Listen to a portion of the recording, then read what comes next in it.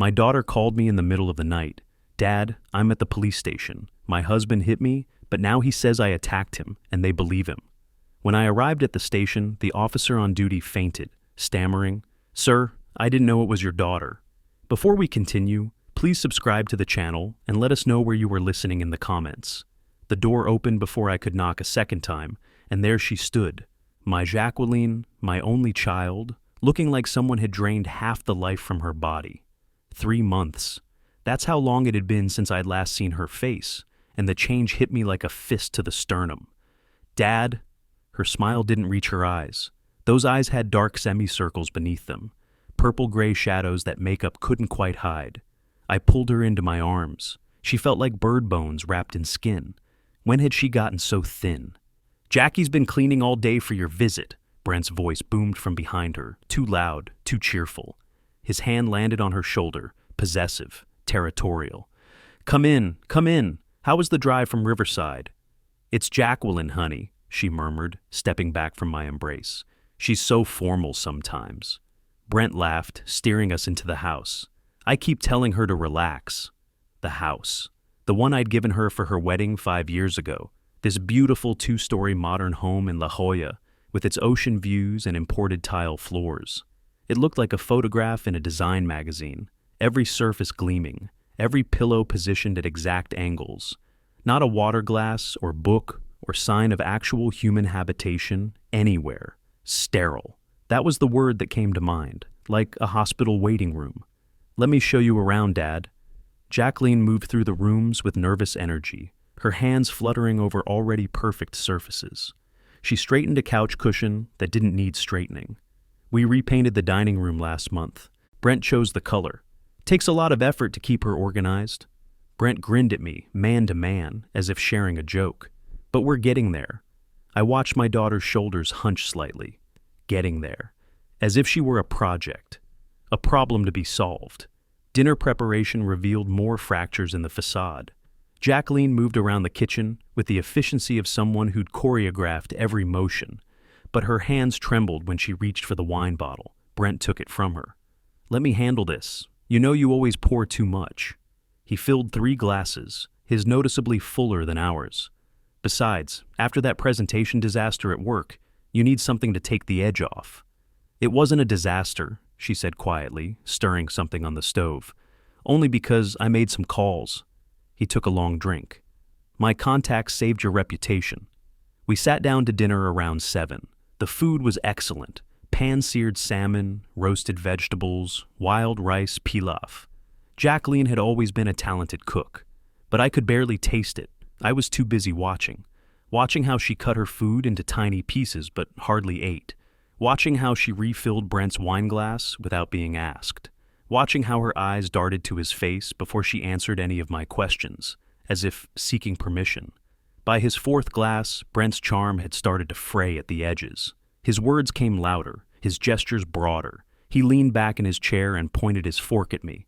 "You know, Luther, your daughter would still be stuck in an entry-level job if I hadn't introduced her to the right people." He laughed, not kindly. "She doesn't have the killer instinct for corporate success, too soft. But I saw potential, and I made her career possible." I set down my fork slowly. 30 years as a federal judge had taught me to control my reactions, to keep my face neutral even when fury boiled beneath the surface. "Jacqueline earned her MBA from UC Berkeley," I said, my voice measured. "Her success is her own.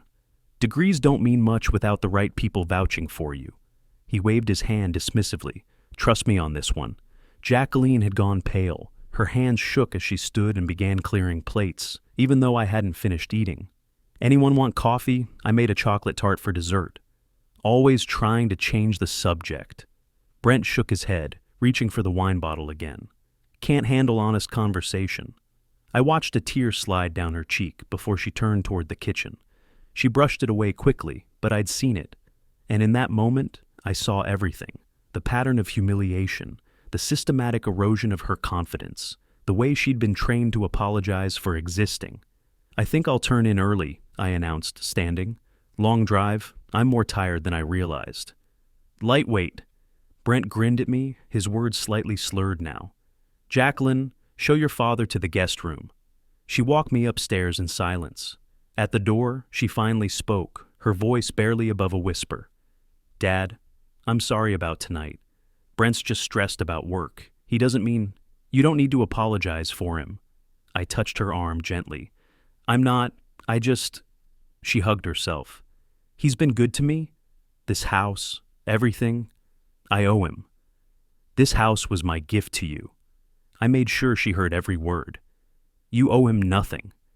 She looked at me then, really looked at me, and for just a second something desperate flickered in her eyes. Then she blinked, smiled that empty smile again, and kissed my cheek. "Good night, Dad. I'm glad you're here."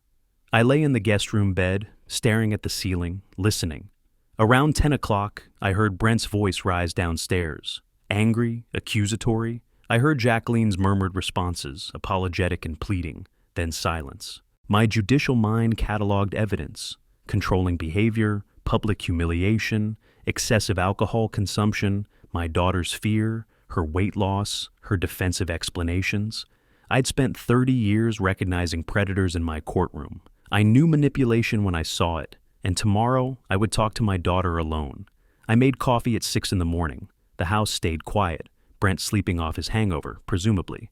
I sat at the kitchen island, waiting, planning my approach the way I used to prepare for complex trials. Evidence, strategy, the right questions asked the right way. Jacqueline appeared around 7:30, wearing long sleeves despite the June heat already building outside. The morning light was harsh, unforgiving. It highlighted every exhausted line in her face, the tension in her shoulders. "You're up early." She poured herself coffee, kept her back to me. "Old habit. Listen, I thought we could have lunch today, just the two of us." I kept my tone casual. "There's that place downtown you used to love, the one with the patio overlooking the water." Her hand froze on the coffee mug. She glanced toward the stairs. Yes, that sounds nice." Her phone buzzed on the counter. She grabbed it, read the message, and her face went white. "Actually, Brent mentioned he had plans for us today. I forgot. Maybe another time before you leave?" "Jacqueline." I stood, moved closer. "I drove 6 hours to see you. I'm asking for 60 minutes. She stared at the phone screen, then at me, then back at the phone. I could see the war happening behind her eyes, fear battling against something else. Hope, maybe. Or desperation. "Okay," she whispered, "but I can't be long."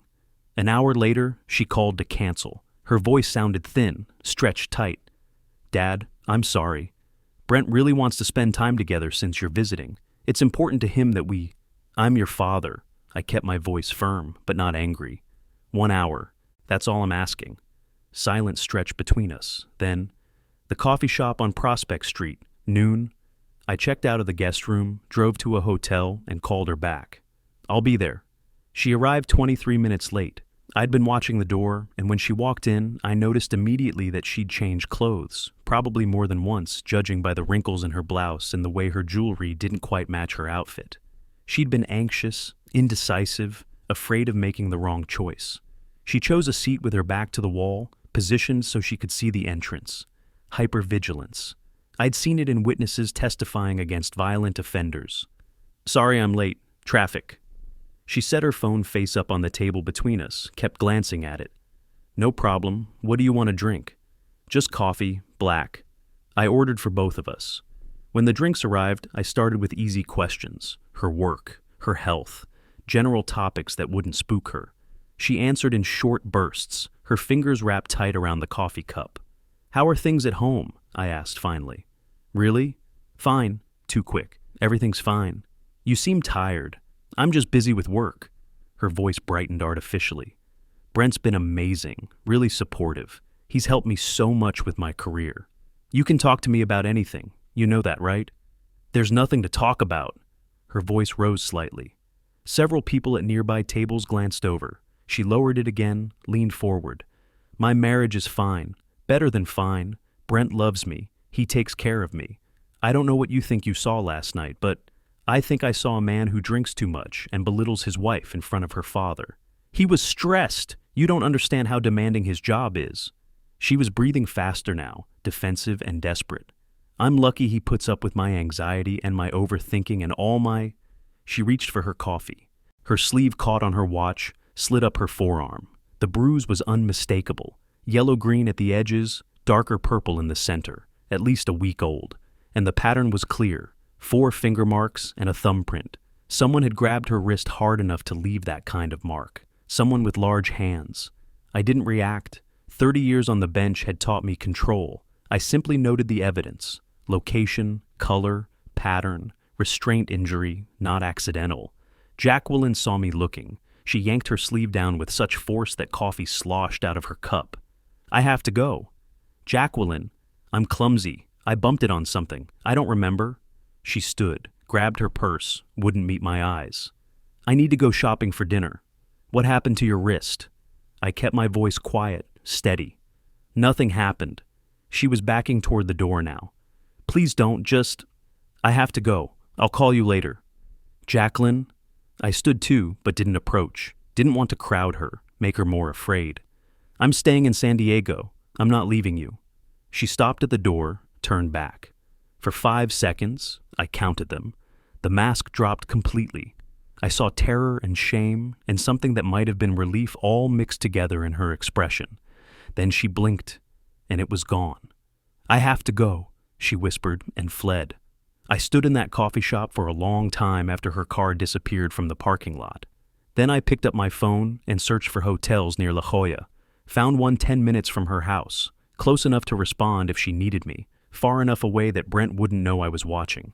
That night, I lay awake in an unfamiliar bed, my phone on the nightstand beside me.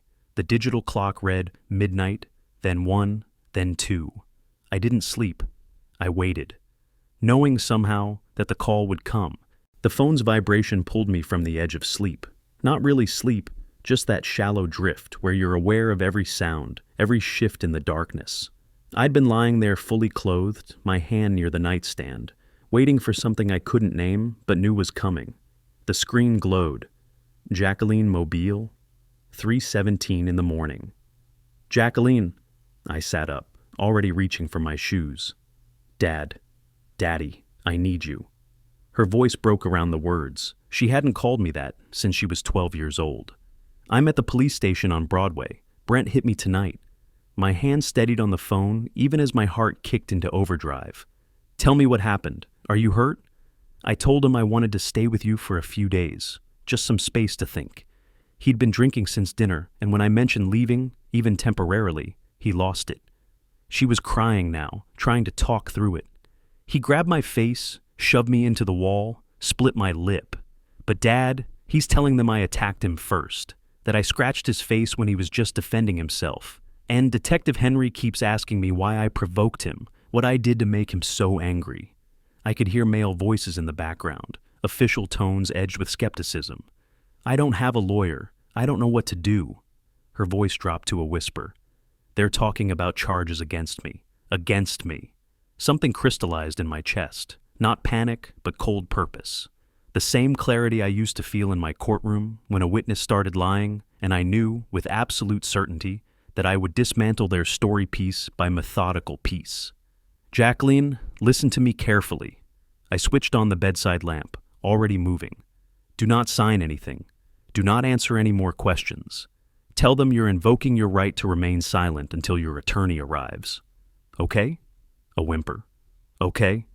Are they treating you as a suspect or a victim? I don't know. Both. They separated us, but they keep asking what I did to set him off. Like, it's my fault he... Her voice broke again. Don't answer anything else. I was pulling on the pants I'd laid across the chair, the shirt I'd left within reach. Some part of me had known, had prepared. Use these exact words. I'm exercising my right to silence until my attorney arrives. Can you do that? Yes. I'm leaving now. 15 minutes. I grabbed my wallet, my keys, my phone charger, muscle memory from 3 decades of emergency court sessions. What if they charge me? Her voice was so small. What if they don't believe me? They will believe you. I promise you that. I walked quickly toward the elevator, phone pressed to my ear. You're not alone anymore. Never again. I'm scared. I know. I softened my voice just for a moment. But you're going to be fine. I'm coming. I ended the call as I reached my car. The parking garage was empty, fluorescent lights humming overhead. I started the engine and pulled out onto the street, the city stretching dark and quiet around me. No traffic at this hour. I took Pacific Coast Highway toward downtown, pushing 10 miles over the limit, my hands steady on the wheel even as my mind raced. 30 years on the federal bench. I knew every legal maneuver, every procedural protection, every way the system could fail a victim who didn't know how to navigate it.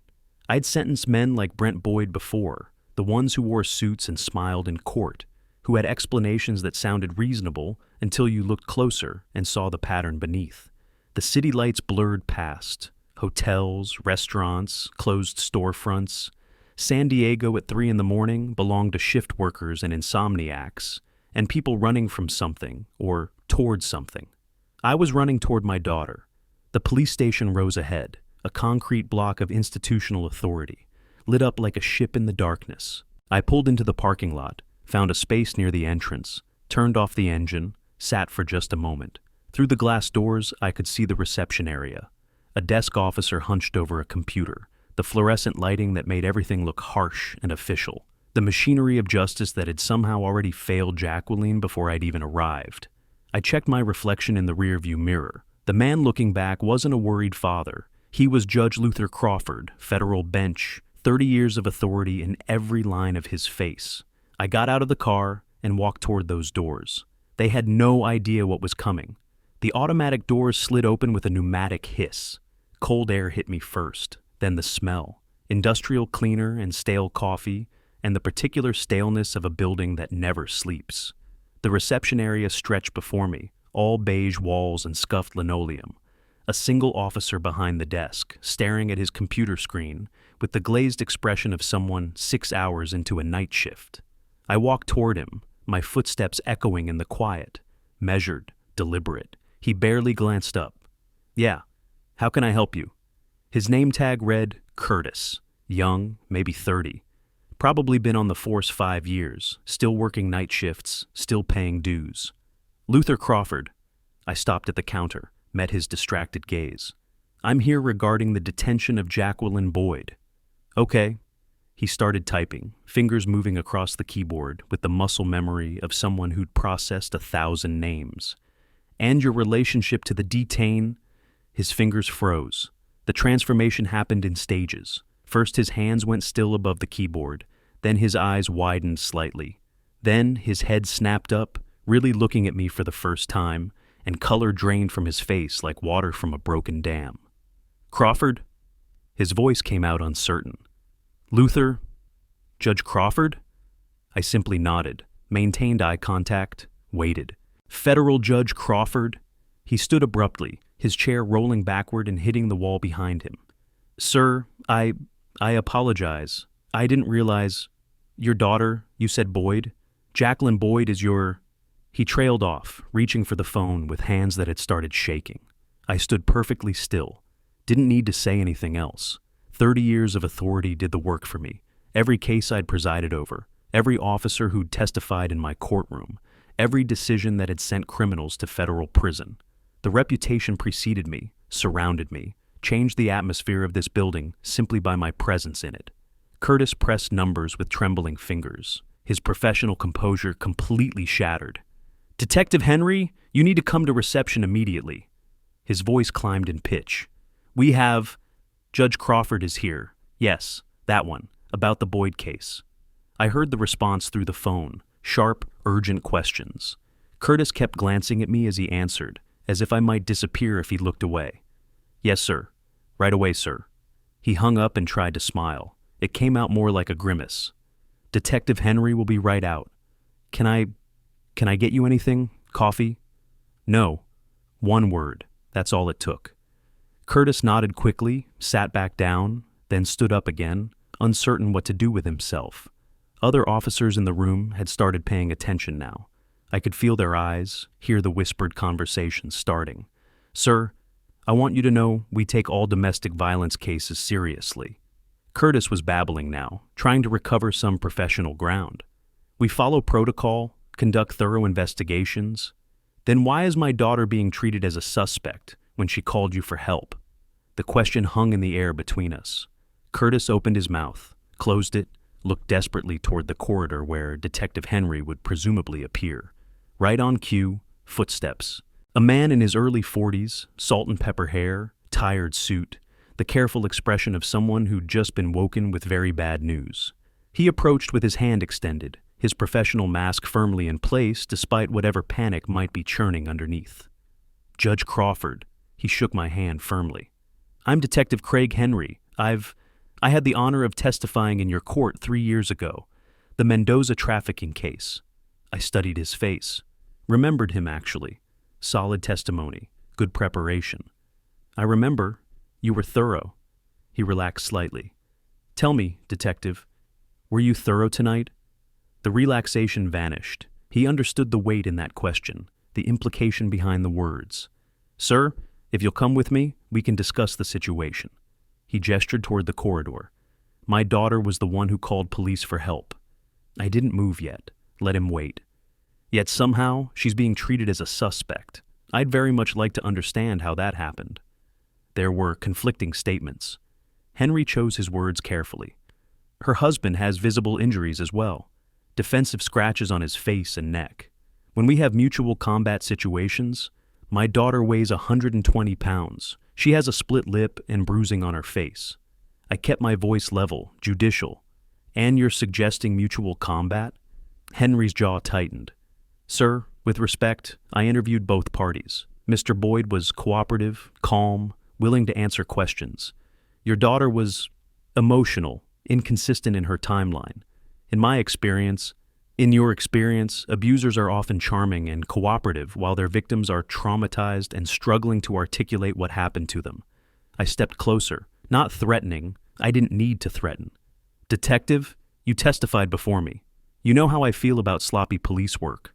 The color in his face shifted. "Judge Crawford, I assure you, where is my daughter now?" "Interview room 3.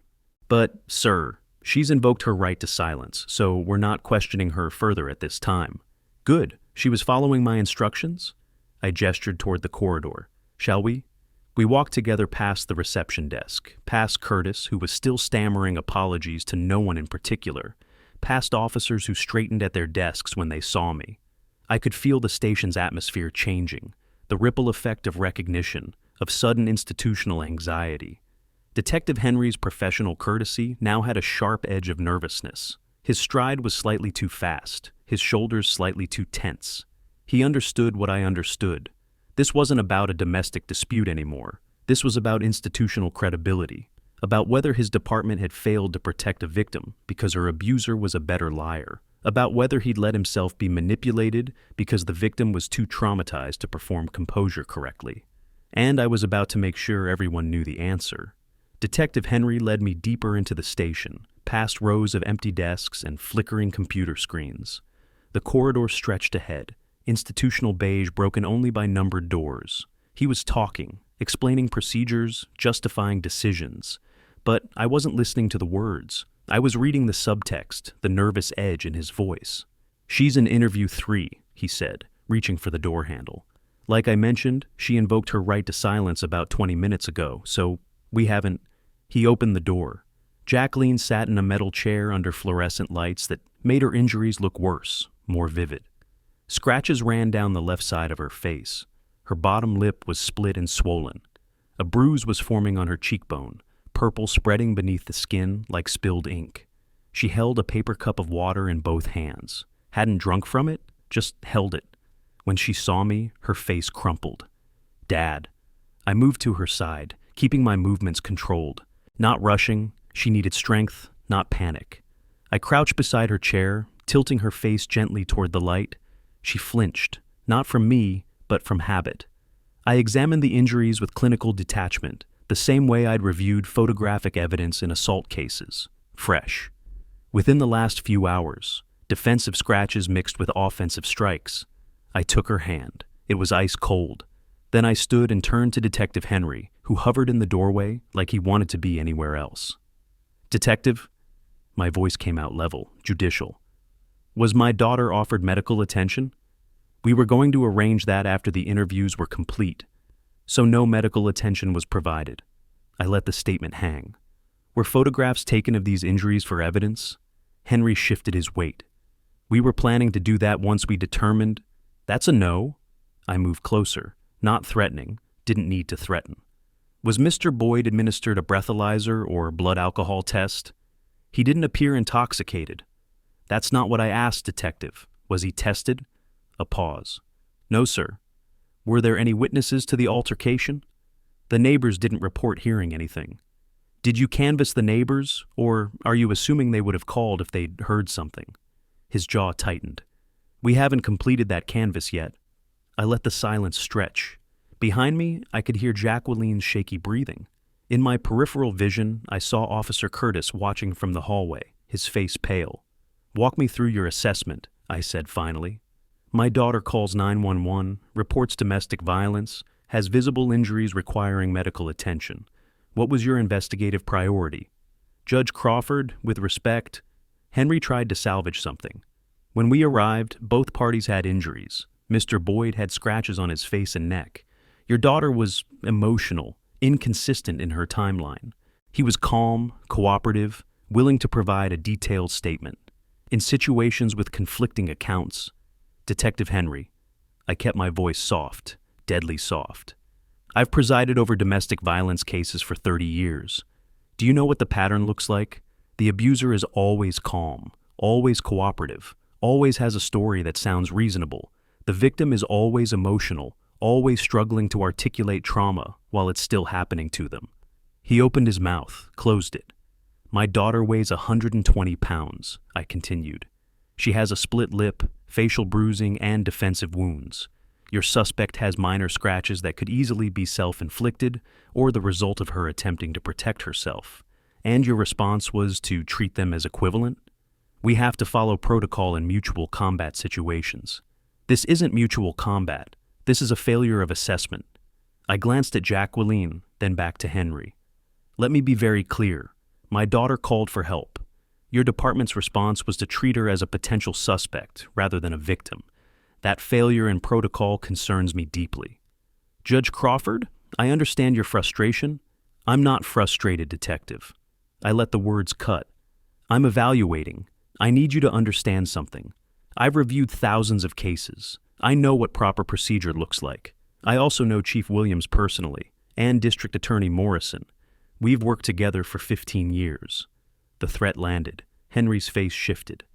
I'm taking my daughter for proper medical documentation of her injuries at an emergency room of our choosing, I said. Mr. Boyd will remain in custody until a thorough investigation is completed, including photographs, medical evaluation, blood alcohol testing, and witness canvassing. If he's released before those steps are taken, Chief Williams will hear from me directly. Are we clear? Yes, sir. Henry's voice came out quiet. We're clear. Good. I helped Jacqueline to her feet, my hand steady on her elbow. You have my number. When you've completed a proper investigation, you can reach me. I guided her toward the door. Henry stepped aside, not meeting my eyes. We walked past Officer Curtis, who stammered something about hoping everything worked out. Past the other officers who'd gathered to watch, their faces carefully neutral. Through the reception area, through the glass doors. The parking lot air was cool and clean after the stale fluorescence inside. Jacqueline leaned against my car, shaking now that the adrenaline was fading. I took off my jacket and draped it over her shoulders. We're going to the hotel, I said. You're going to tell me everything, and then we're going to fix this. She nodded, too exhausted to speak. As I drove through the empty streets, she stared out the window at the sleeping city. The sky was beginning to lighten in the east, that deep blue before dawn, and I could feel her beginning to understand that this nightmare might actually end. The hotel room door clicked shut behind us with a sound like a lock engaging. Jacqueline made it 3 steps inside before her legs gave out. She sank onto the edge of the bed and started crying, deep, wrenching sobs that shook her entire body. I didn't rush to comfort her. She needed to release this. Had probably been holding it in for months, maybe years. Instead, I moved to the small coffee maker on the dresser, filled it with water from the bathroom tap, tore open 2 packets of grounds. The machine gurgled to life, ordinary and mechanical, while my daughter fell apart behind me. I poured 2 cups when it finished, set one in front of her on the nightstand, sat down in the chair across from the bed, and waited.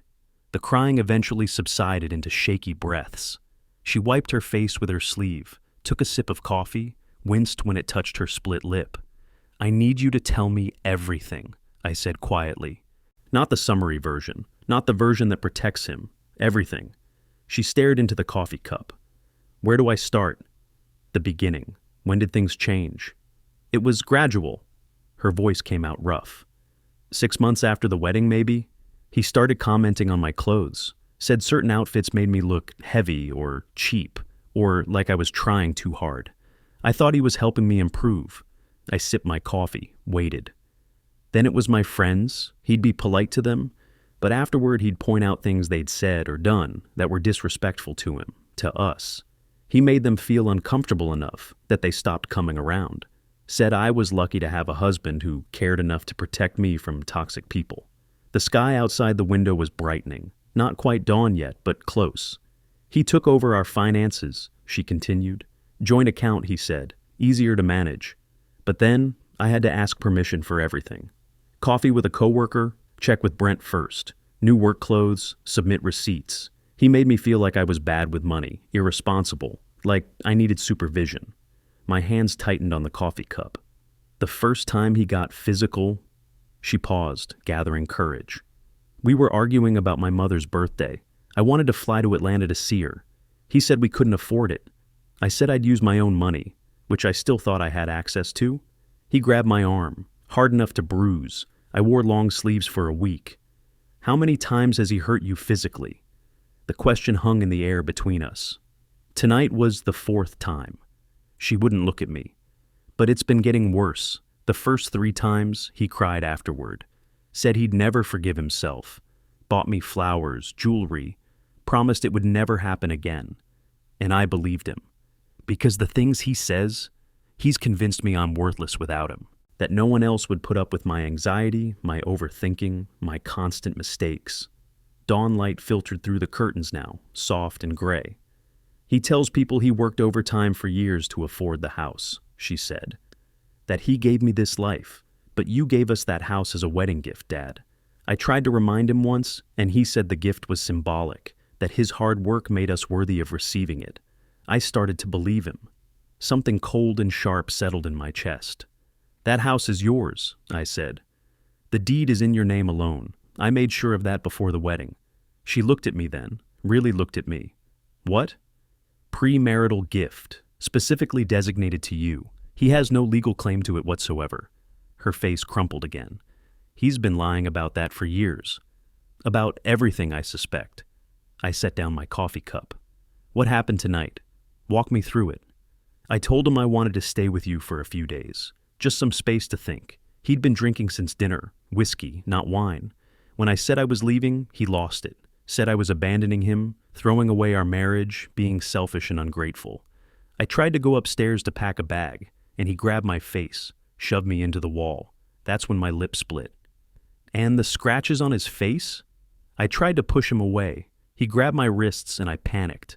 I think I scratched him then, trying to get free. He let go and stepped back, and I ran for my phone and called the police. She wrapped her arms around herself. When they came, he was so calm, so reasonable. Told them I'd attacked him out of nowhere, that I'd been acting erratic for weeks, that he was worried about my mental health. And they believed him, Dad. They believed him over me. "What am I going to do?" Her voice broke. "If you hadn't come, listen to me." I leaned forward, held her gaze. "By the end of today, you will have legal protection. Brent will be out of that house. The system failed you tonight, but I won't let it fail you again." "How?" She sounded so small, so hopeless.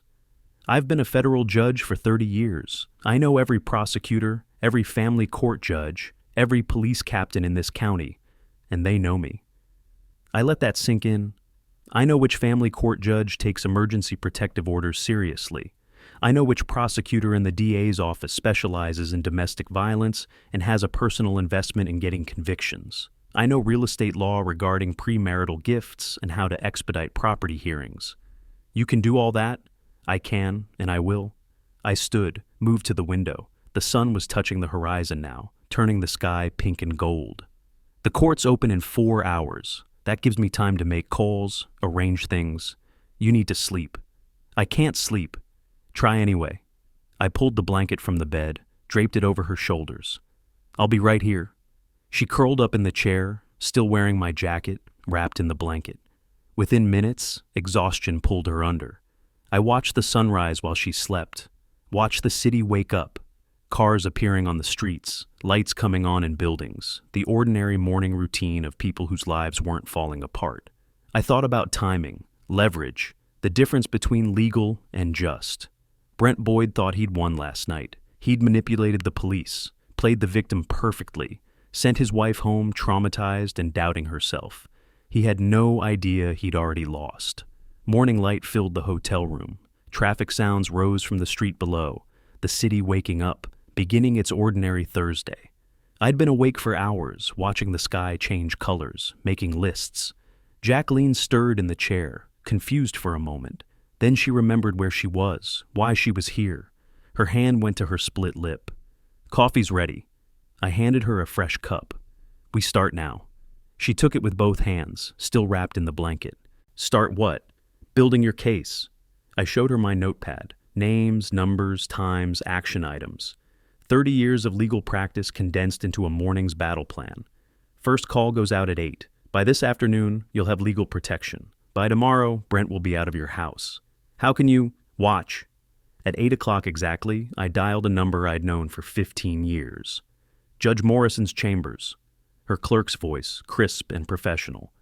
"This is Luther Crawford. I need to speak with Patricia." Judge Crawford. The formality softened. "Judge Morrison is reviewing briefs. Can I schedule a call?" "It's urgent. Family matter." A pause. 1 moment. 30 seconds later. "Luther?" Patricia Morrison's voice carried concern. "What's wrong?" "My daughter, domestic violence, physical injuries documented. Police mishandled the initial response last night." "How bad?" "Bad enough for an emergency protective order. I need a hearing today." Silence while she processed. Then, 2 o'clock, my courtroom. "I'll clear the calendar now." "Thank you, Patricia." "Don't thank me yet. Just bring solid evidence." I hung up and dialed the next number. Michelle Torres, family law specialist I'd known since she clerked at the federal courthouse 10 years ago. "Luther Crawford," her surprise was evident. "It's been years. I need to hire you, my daughter. Protective order hearing at 2 this afternoon with Judge Morrison. Can you take it?" "Today? She caught herself. "Send me everything you have. I'll make it work." I emailed her photos of Jacqueline's injuries taken on my phone last night, the police report number, a 3-paragraph summary. 30 seconds later, my phone rang. "I'm in," Torres said. "Where's your daughter now?" "With me. We're getting proper medical documentation in an hour." "Good. I'll draft the petition and file it by noon. See you at 1 for prep." By 9:30, we were at the hospital. A victim advocate met us at the emergency room entrance. I'd called ahead, used connections, made sure someone would be waiting. The nurse who did the intake exam was thorough and kind. She photographed everything: the split lip, the scratches on Jacqueline's face, the bruising on her arms that I hadn't seen before.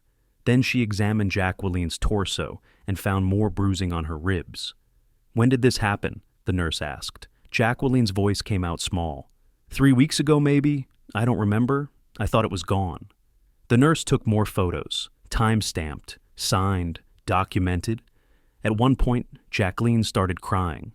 Not dramatic sobs, just quiet tears sliding down her face while a stranger cataloged the evidence of her husband's violence. I handed her tissues, waited. "Can you tell me about the other times?" the nurse asked gently. Jacqueline looked at me. I nodded. "The first time was 18 months ago. By 11, we were back at the police station. Detective Henry met us in the lobby, and his entire demeanor had changed from the middle of the night. Professional, respectful, careful. Ms. Boyd?" He shook Jacqueline's hand. "I want to apologize for last night. We should have handled things differently." "You're handling them correctly now," I said. "That's what matters." He led us to an interview room, different from the one where I'd found her at 3 in the morning. This one had a camera, recording equipment, proper documentation protocols. "For the record," Henry began, "describe the pattern of behavior leading up to last night's assault." Jacqueline took a breath, started talking. She told him about the isolation, the financial control, the monitoring of her phone and email, the systematic erosion of her independence disguised as love. And the physical violence? Henry prompted. 4 incidents total. Last night was the worst. I sat where she could see me, providing silent support while she spoke. Occasionally I interjected, clarifying legal points, ensuring something was documented properly for both the protective order and the criminal prosecution. Henry took notes, asked good questions, built a solid record. When we finished, he looked at me. The DA's office is reviewing the case now. Given the documented pattern and the medical evidence, they're filing battery charges. When? This afternoon, before your hearing with Judge Morrison. I nodded. The pieces were falling into place. At 1 o'clock, we met Michelle Torres at her office downtown. She'd been busy. The protective order petition sat on her desk, professionally formatted, all the morning's evidence attached as exhibits. The medical documentation is excellent, she said, flipping through pages. The police report supports everything. The DA filing criminal charges adds weight. What about the house? I asked. That's the interesting part. Torres pulled up a property record on her computer. You said it was a wedding gift? Premarital, deed in Jacqueline's name only. Torres smiled. That simplifies things considerably. Under California law, that's her separate property. He has no claim to it. We'll request he be barred from the residence immediately. Jacqueline was staring at the petition, reading it, her entire marriage summarized in legal language, sanitized and clinical. How do you feel? I asked her. She looked up. Like maybe I can breathe again. Torres's phone buzzed. She glanced at it, frowned. Emergency motion just filed. Brent's attorney, his father, apparently, requesting postponement of the hearing, claims insufficient time to prepare. Morrison won't grant it, I said. Response just came through. Torres looked up. Motion denied. She cited imminent threat to petitioner's safety. Hearing proceeds as scheduled. He's panicking, I said. Good. Then Jacqueline's phone rang on the desk between us. She looked at the screen and went pale. It's Brent. I saw her hands start to shake. Watched that old fear response kick in. He'd been released on bail. Of course he had. Minor charges, no priors. They'd set bail and let him walk. He didn't know yet what was waiting for him at 2 o'clock. But he knew something had shifted. The phone kept ringing. Torres looked at me. Silent question. I nodded. Answer it, I said. Put it on speaker.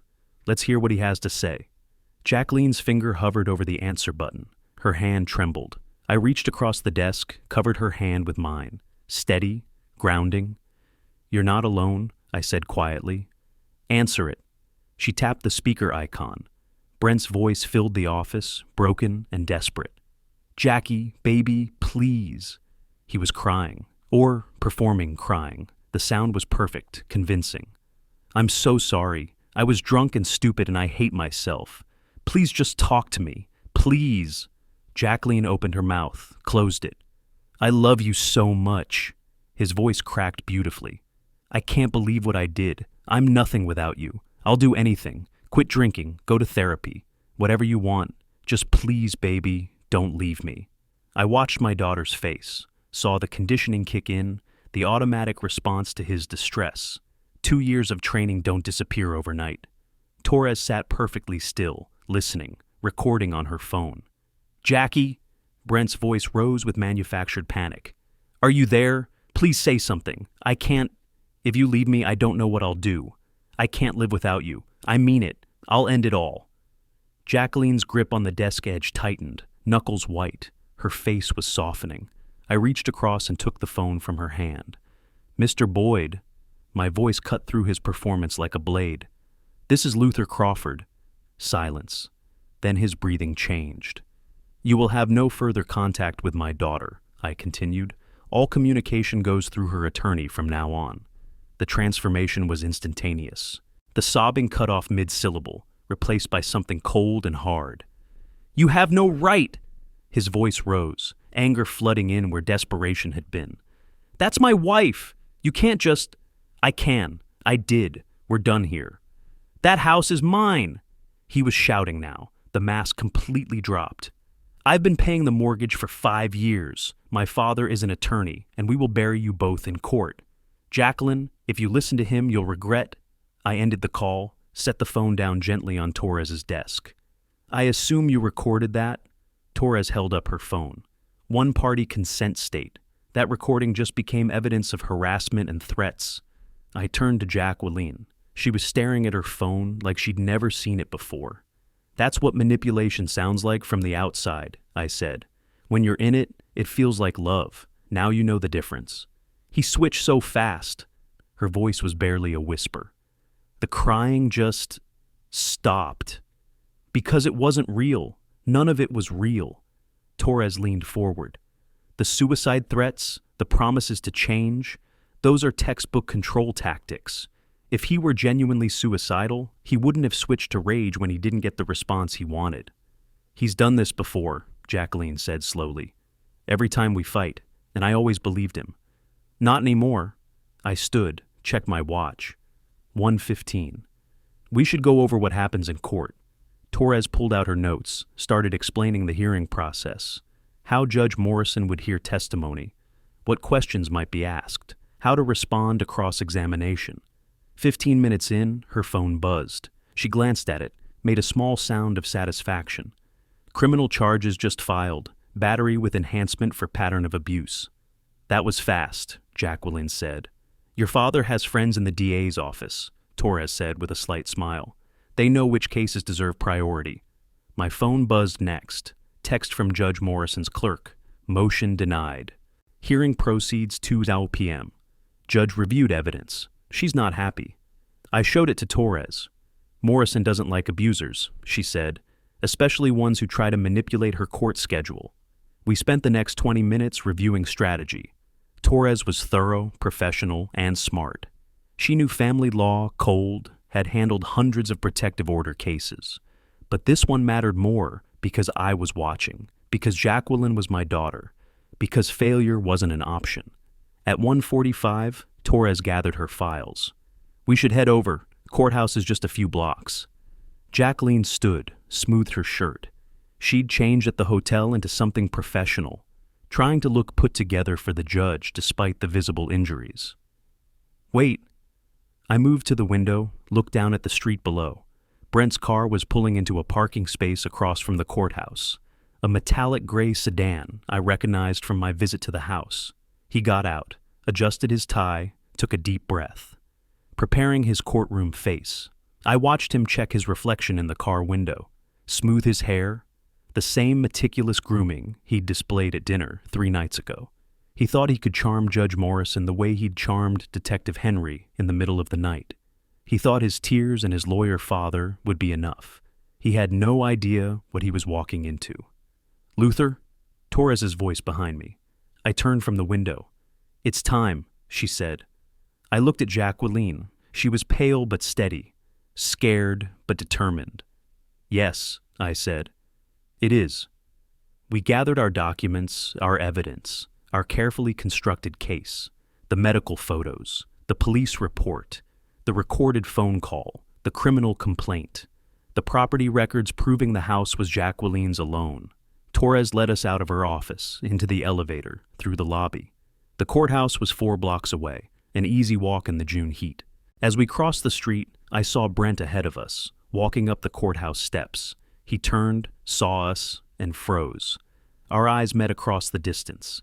He saw Jacqueline walking beside her attorney, saw me behind her, close and protective, saw the professional leather folders, the documentation, the preparation. For the first time, I saw fear flicker across his face. Then he turned and walked inside. He knows, Jacqueline whispered. He suspects, I corrected. He doesn't know the half of it yet. We climbed the courthouse steps together, through security, up the elevator to the 3rd floor, where Judge Patricia Morrison's courtroom waited. Brent stood in the hallway with an older man who looked like him, same build, same coloring, his father, the attorney. They were talking urgently, the father glancing at papers while Brent gestured with sharp, angry movements. When we appeared, the conversation stopped. Morrison's courtroom doors stood ahead. 10 minutes until 2 o'clock. The final pieces were in place. The courtroom doors opened with a whisper. Judge Patricia Morrison was already at the bench, reading through documents, her reading glasses perched on her nose. She looked up when we entered, and our eyes met across the room. 2 people who'd spent decades in the justice system, who understood what happened when it worked and what happened when it failed. She nodded once. professional acknowledgement. We took our seats. Torres at the petitioner's table with Jacqueline beside her, me in the front row of the gallery. This was their case professionally, even if everyone in the room knew whose strategy had built it. Across the aisle, Brent sat with his father. When he saw Jacqueline, his face transformed, wounded, hopeful, apologetic. The performance was flawless. But I saw the anger underneath, saw the way his hands gripped the table edge. Morrison's gavel came down. We're here for an emergency petition for protective order in the matter of Boyd versus Boyd. Counsel, please proceed. Torres stood. Your Honor, Michelle Torres representing the petitioner, Jacqueline Boyd, will be presenting evidence of a sustained pattern of abuse, psychological, financial, and physical, culminating in the assault that occurred last night. She called Jacqueline to the witness stand. I watched my daughter raise her right hand, swear to tell the truth, take her seat. She looked small in that chair, but her voice came out steady. Ms. Boyd, Torres began gently, please describe for the court the incident that occurred last night. I told my husband I wanted to spend a few days with my father. Jacqueline's hands twisted in her lap, but her voice held. He'd been drinking. He said I was abandoning him, that I was ungrateful after everything he'd done for me. When I started packing a bag, he grabbed my arm and hit me. Was this the first time he'd been physically violent? No, the fourth time in 2 years. Torres walked her through it. The isolation from friends, the financial control despite Jacqueline's own income, the constant criticism disguised as concern, the way he'd convinced her she was worthless without him.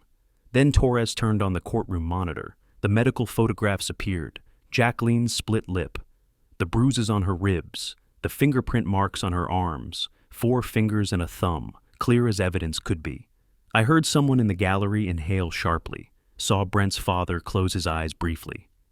These photographs were taken this morning at Scripps Memorial Hospital, Torres said.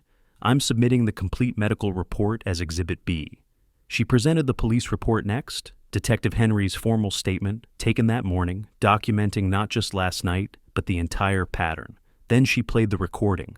Brent's voice filled the courtroom, syrupy apologies melting into vicious threats within seconds.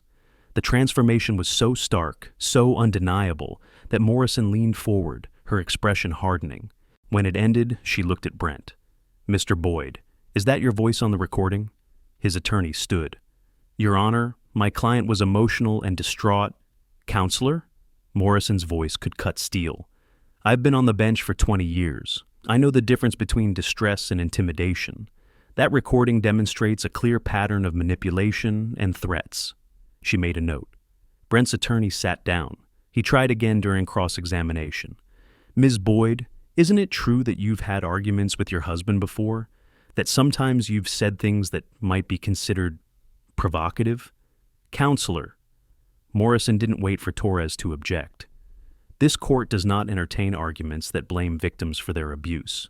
Do you have any evidence that contradicts the medical documentation, police reports, and recorded threats we've heard today? No, Your Honor, but then let's move to the question of housing. Torres stood. Your Honor, the respondent has suggested he has equal right to the residence. I'd like to present the deed. She handed it to the clerk. Morrison reviewed it, and I saw understanding cross her face. The property was titled solely in Ms. Boyd's name 5 years ago, before the marriage. She looked up. Mr. Crawford, I see you're listed as grantor. This was a gift? I stood. Yes, Your Honor. Wedding gift to my daughter. Separate property under California Family Code, Section 7070. Morrison turned to Brent's attorney. Your client will need to find alternative housing.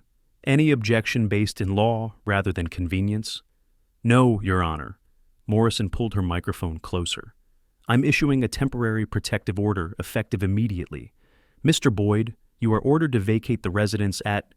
She glanced at the paperwork. A 4247 La Jolla Scenic Drive within 2 hours. You are prohibited from any contact with Ms. Boyd. No phone calls, texts, emails, or third-party communication. You must maintain a minimum distance of 100 yards at all times. She looked directly at Brent. Violation of this order is a criminal offense. The San Diego Police Department will supervise your collection of personal belongings this evening.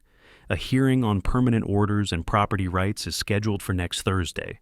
But I'll note for the record that the evidence of separate property ownership appears conclusive. Her gavel came down. This hearing is concluded. I watched Brent's hands form fists on the table, watched his father place a restraining hand on his son's arm. This was the moment. Brent finally understanding that his manipulation had failed, that his control was broken, that the judge saw exactly what he was. The courtroom emptied in stages, Brent and his father through one exit, his face a mask of barely controlled rage. We waited, then left through another door. In the corridor, Torres explained the next steps: permanent hearing procedures, criminal case timeline, property documentation for next week. Jacqueline nodded, processing, and I saw something in her face I hadn't seen in days. Hope. Not the fragile hope of someone wishing for rescue, but the solid hope of someone who'd fought for herself and won. The police will be at the house at 4:30 to supervise his removal, Torres said, checking her watch. Do you want to be there? Jacqueline looked at me, then back at Torres. Yes, she said. I want to watch him leave. We walked out of the courthouse into the late afternoon sun. This is what justice looks like when it works, I thought. The police cruiser pulled up at 4:30 exactly. Brent got out of the back seat, and for a moment, across the driveway, he and Jacqueline made eye contact. I felt her body tense beside me, ready to flee or freeze. Old instincts. Then she straightened her spine, lifted her chin, held her ground. She wasn't running. She was standing on her own property, watching the man who hurt her become a visitor who would leave and not return. 2 officers approached. One of them was Curtis from the station last night. He nodded at me, professional and respectful now. Mr. Boyd, the other officer said, you have 2 hours to collect personal belongings. Clothing, toiletries, personal items only. Nothing jointly purchased. Nothing that belongs to Ms. Boyd. We'll supervise the entire process. Any attempt to communicate with Ms. Boyd will result in immediate arrest. Understood? Brent's jaw clenched. Understood. He went inside. Jacqueline and I stayed on the lawn. You don't have to watch this, I said quietly. Yes, I do. She wrapped her arms around herself. I need to see him leave. Brent made trips to his car, boxes of clothes, his laptop, his golf clubs. Each time he emerged, Jacqueline flinched slightly, then steadied herself. After 90 minutes, he came out with an armload of suits, the ones she'd had dry cleaned for him last week when she still believed maintaining his approval was her responsibility. I saw her hands shake. Almost over, I murmured. Brent closed his trunk, looked toward us, opened his mouth. Curtis stepped immediately between them. No contact, Mr. Boyd. Time to leave. Brent got in his car, started the engine, drove away. His taillights faded in the dusk. Jacqueline let out a breath she'd been holding for 2 years. He's really gone, she whispered.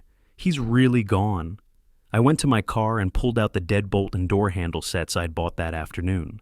Spent the next hour installing new locks on the front and back doors, physical security matching the legal protections now in place.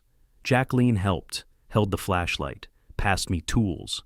When I finished, I made her practice the locks, over and over until the motions were automatic, until her hands stopped shaking when she turned the key. Inside, we made tea in the spotless kitchen. I watched Jacqueline deliberately move things, shifted a chair, relocated a plant. Small acts of reclaiming space. The house feels different already, she said. Lighter. It's your house now, not his, not ours, yours. She started crying, not desperate sobs, but exhausted tears of someone who'd been holding everything together and could finally let go. I held her hand across the table, let her process grief and relief in whatever ratio they came. I should have called you sooner, she said through tears.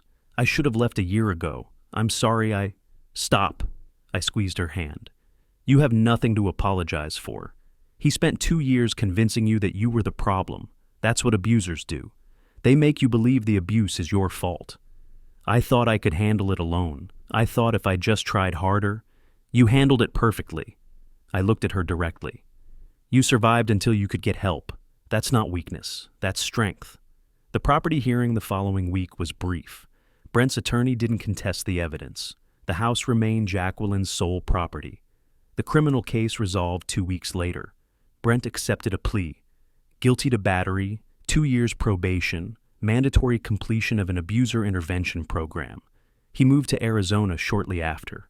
I stayed in San Diego for a month, helped Jacqueline find a good therapist, reconnect with the friends Brent had isolated her from, remember who she was before he convinced her she was nothing. My revenge wasn't about destroying him. It was about restoring her. And I'd used the law, my law, the system I'd served for 30 years, to do it. Quick, precise, and absolutely within the bounds of justice. Exactly the way a judge's revenge should be. I left San Diego on a Thursday in mid-July. Jacqueline walked me to my car, and she looked different. Not just healed, but changed. Stronger. She hugged me, thanked me again. I told her what I'd been telling her for weeks. She'd saved herself. I'd just made sure the system didn't fail her twice. As I drove north toward home, I thought about revenge. The word implies destruction, chaos, emotional satisfaction from another's suffering. But that wasn't what I'd done. I'd used 30 years of judicial knowledge to activate the legal system with surgical precision. I'd called in favors, leveraged relationships, and deployed the law as it was meant to be deployed, to protect the vulnerable and hold the guilty accountable. Brent Boyd wasn't destroyed. He was held responsible. My daughter wasn't avenged. She was restored. That's what justice looks like. That's what a judge's revenge should be.